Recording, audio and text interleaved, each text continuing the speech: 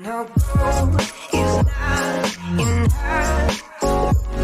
She's a dime. Welcome to another exciting edition of the $1 Million Peddlers. I'm Papergoy, And I'm Mr. Magazine. and we may notice we're doing something a little bit different today. What are we doing? Why, we're going to talk about some stuff that we sold and kind of show people what sells, what they sell for, and have hopefully some interesting stories about it. Nice. Now, I do see you've got something or other up on the screen. What is that? I'm going to start out big. I'm going to call this my item of the month. It's a life-size 1/1 scale Han Solo life-size statue made by Sideshow Collectibles. And I actually bought this to keep for myself for a while, and after a couple years of a $7,000 paperweight, I decided to sell it, move on, and make some room in my warehouse. But it's a local pickup. I'm not shipping that thing out. I'm not packing that up. Too expensive. It could get damaged. It's I think they made maybe 500 of them in existence. So it's a pretty rare piece, and it's gigantic and super heavy. Now, if you wanted another one, would you be able to find another one? Sideshow will make them as long as they haven't run out of their 500 run. So say they've made 398 of them, they will make another 102. And then they're going to stop at 500. So they make them as people buy them. Oh, so basically be one of those deals that if I had a little extra money, I could go ahead and buy it, put it up, and then there's always still a market for it as well. Sure. So you kind of could use it as a store of value type deal? Yeah, and they do a layaway plan too if you bought them from Sideshow. I'm actually a Sideshow dealer as well, so you can buy them through me if you'd like also. So what can I ask why you were selling this? Like I said, just space and money at this point. It was just sitting. No one was appreciating it. It was upstairs in a loft area, and couldn't enjoy it. I think you're fibbing. Really? Don't you have a collection coming along that you'll be purchasing? I do have a collection coming along. I thought so. So basically what you did is you liquidated this so you can purchase a large collection. You'll make your money back, and then if you want to buy it back, it's available to you. Absolutely. Yep. So it's going to help fund my future collection coming up in April. Oh, very good. Very good. Now, you've got some other items there you want to show me? Yep, I do. All right. Let's move on here. Now, did you want to ask me any questions, or are you just going to click on it? I don't know how you want to do this. I mean, you know what you have. I'm just going to wing it. We're going to here we go. Okay. All right, so this... It's a blank screen. It's a wonderful thing. Screen. So this is pretty cool. This is a 1984 He-Man, Snake Mountain in the original box. I picked up a He-Man collection, and what happened was there was a lot of parts, and I already had some parts in my own inventory. So I combined and made the best conditioned piece with the most parts, and I put it in the original box because that's really the marketing piece for it, the box. Hey, Masters of the Universe. You know, some people say that I look like one of the characters from Masters of the Universe. I would say you would be Skeletor, and I think I would be He-Man, but hey, that's just me. Good point. Good point. Anywho, it sold for $180, I think, to someone overseas, and I think they paid almost $200 just to ship it because the box is gigantic. But again, you see the Snake Mountain all the time, but you do not see the original box, which really the box alone is probably worth $100 to $150 of that value. Very nice. Let's go on to the next one. Now this one is a little surprise to me. I thought this would sell for a lot of money. I had it up for a while for $50. It ended up selling for half of that. Vintage teen screen, 1960s with John Lennon on the cover. It was in great shape, listed properly, looked nice. Just nobody wanted it, and maybe it's not as rare as I thought it would be. It's the first one I've ever had in my possession, so I thought it was a $50 piece. But I still ended up selling it for $25, so not a bad deal there. Yeah, and another thing too, and you had mentioned it's well listed, and it is there because they did mention the Beatles. So that was the first thing I said. I go, well, did they mention the Beatles? And I looked, and indeed they did. So yeah, I always try to get 2 keywords for my employees to list off of in case one doesn't work, the other one will find someone. That's very nice. All right. This is going out to Papergoy because he's a book expert. I knew nothing about this item. I picked up a collection of books and magazines. We threw this one up on eBay and ended up selling for $50 roughly. Do you know anything about this, Papergoy? I know it sold for $50. Not really. My guess would be taking a quick look at it. It's probably British. I don't know. I didn't list it. My employee did. But I thought it was cool. I've never seen it before. It was older in 1960, so you're looking at a 60-year-old book, kid's book. So does it have like cartoon things inside of it, or is it more just stories? I think there's a lot of pictures, and I think paint. I don't know if they're painting. If you can paint in the book, something like that. It said in the cover. Oh, yeah, very they nice. said wonderful magic painting pictures. So maybe it's a type of a coloring book, but it's a hardcover. Yeah, for $50, that's not bad at all for something rather like that. Sure, yeah. sure. Sticking with the books, this is a comic book with no cover, so I basically didn't pay I've much. got a lot of those. You do. What do you pay on those? I don't pay much, but I give them to you for free most of the time, except this one. Funny how that worked out. Papergoy actually found this in my pile of coverless. I gave him the rest. This one is a Hulk original 1960s, issue number 3, no cover. They ended up selling for around $80. And I got a big collection of comics and toys, and there was some coverless comics in there, so I really didn't pay much at all for it, so I would have been happy with 20. Well, and another thing too, and we're just not set up for it, and hopefully the person that purchased this did so, and they'll end up making a lot of money if they're able to do so, is you could sit and continue to look for the cover, because occasionally a cover will show up. Now, if you're able to marry a cover to that, it's worth a fair amount of money, certainly, because then at that point you'd have a complete covered Hulk number 3. So that would be very, very good. However, we just aren't set up to do that. Sit back, search every day, or put it on there and hope to get it. So hopefully the person did well on it, and you did well. Everybody along the way is happy. So that tells you it's a good deal. Win-win for everyone. It certainly is.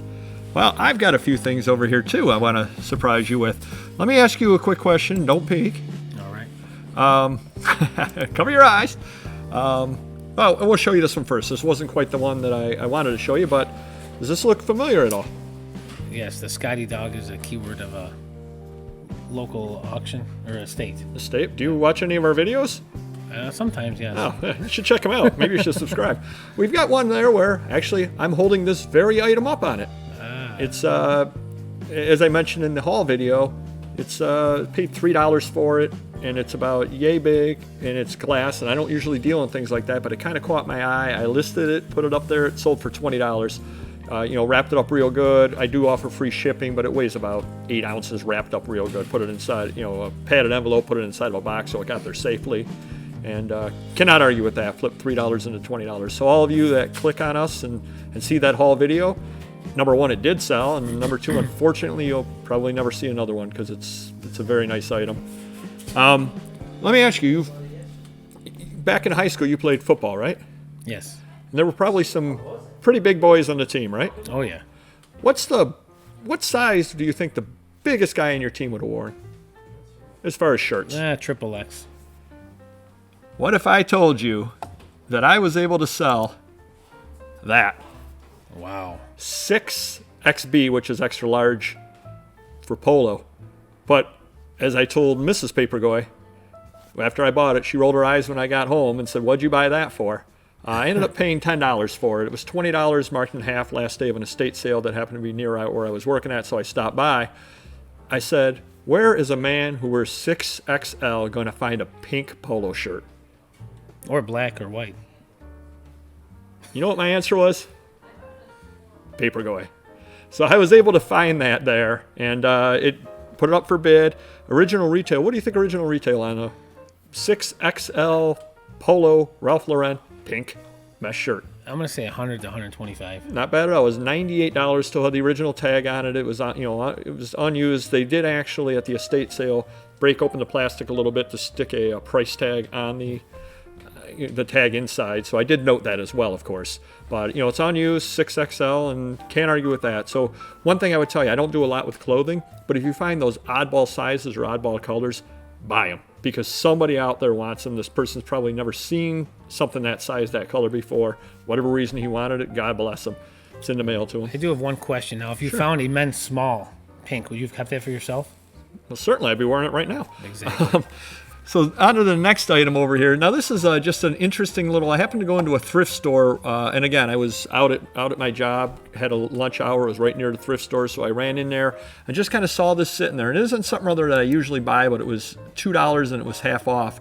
Newborn diaper set with booties. It was new old stock. Didn't have a UPC on it, so I figured it probably was 1970s, late 60s, something or other like that. Could find nothing on it, so I just threw it up for bid. I think I took an offer of $15 on it, but again, I paid $1.22 for it or something or other like that. And it happened to be somewhere where I was at for lunch. But so even though I generally do paper items like that, just like you, if I find something or other that's a little bit outside of what I know, but it's interesting or it's new or it's oddball enough, I'll pick it up. Especially given that, what's my name again? Papergoy? I'm Papergoy. I've shown you 3 items, none of which are paper, which is kind of interesting. And it's just these things kind of catch my eyes. Now this one over here, have you heard of Fantasy Island? I heard of the movie, the, The TV, TV show, show. and the amusement park. Yep. This was over on Grand Island. 12 of them sold. I picked up years ago. There used to be a flea market over in Buffalo that's now since closed near the Walden Mall, and new old stock. Somebody had a big pile of these, probably 25 of them, I would guess. And I think I gave them $10 for all 25 of them or something like that. So, Nice, oh yeah, nice. got a great deal. That being said, I think I bought them back in like 2007. And I think I sold one every 2 or 3 years, and nobody really cared about them. And then all of a sudden, the amusement park closed, and I sold 12 of them in a week. Wow, nice. Just happened to be sitting on it. And a lot of the people actually, when they emailed me, were asking if all the views were there. And as I told them, it was new old stock. I mean, it never been touched other than whoever grabbed it, sold them to me, and then I moved them on. But that just kind of shows you a lot of times you'll get bumps in sales for things, something closing, something or other in the news. Unfortunately, someone passes away, various things like that. A lot of Kobe Bryant stuff sold soon after his death, that sort of thing. So this was in the news over on Grand Island, just up the road from us, and then all of a sudden, I sold 12 of them. And then the last thing over here, what would you do if I told you I could sell you some National Geographics? I would say I have a dumpster for them. Well, there we go. National Geographic bound volume, complete year 1920, $45. It was an interesting story on this one over here. National Geographics, for anybody that deals with magazines, things like that, they're not particularly hot items. In fact, a lot of people call them boat anchors, as a matter of fact. But I was at a sale, and they actually had these advertised in the sale with pictures that they had them. And I said, okay, whatever. So I kind of walked through the sale, and they were all sitting in the back room of the sale. And they had some 1920, some earlier. They had some first 12 they did reprints on, that sort of thing. And I said, what do you want for them? And the gentleman gave me a price per, and let's just say that it was a very low price per, to the fact that I didn't really want to buy them, but I had to buy them. And have you ever been there before? Oh, I've been there many times. How do you think Mrs. Papergoy reacted to roughly 2,000 pounds of magazines being put into the back of the vehicle? She probably wanted new shocks in her vehicle. Well, luckily, I think I can pay for them now. So I grabbed some random neighborhood kid, and he and I hauled stuff out to the car and went out to eat to celebrate, as it were, because I knew I was getting a good deal.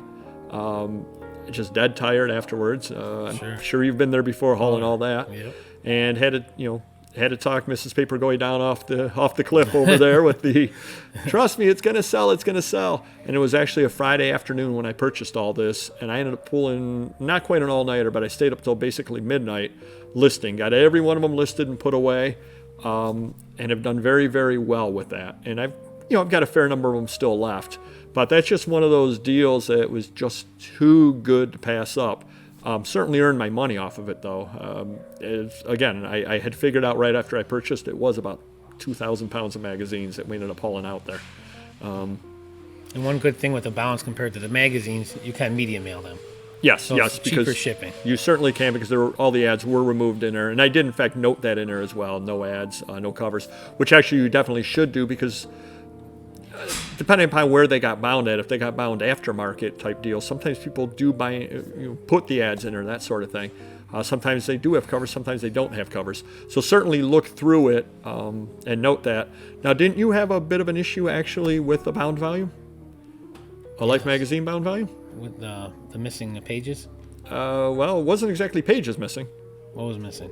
It had Elizabeth Taylor on the cover, as I remember. Oh, that one, yes. With the Mickey Mantle cards missing, yep. Yeah, that was I think the cover was on, but the cards were not in there. It was removed. Roger Maris Mickey Mantle cards, and then I think the buyer won the lot, but then did not pay for it because it was missing those 2 cards. And I think it was even noted that it may not have been complete. Right. Yeah, so that was one that when they bound it, they did not include that in there. Now, whether the person took it off or it just wasn't there when they first originally bound it, who knows? But it wasn't in there. And a lot of times, now I know you've sold a fair number of bound volumes. You probably get a lot of questions about bounds. Yeah, we try to do it as is sometimes, especially we got early Saturday evening posts which have a missing ad here and there, and we just say near complete, as is, and they still sell. Right.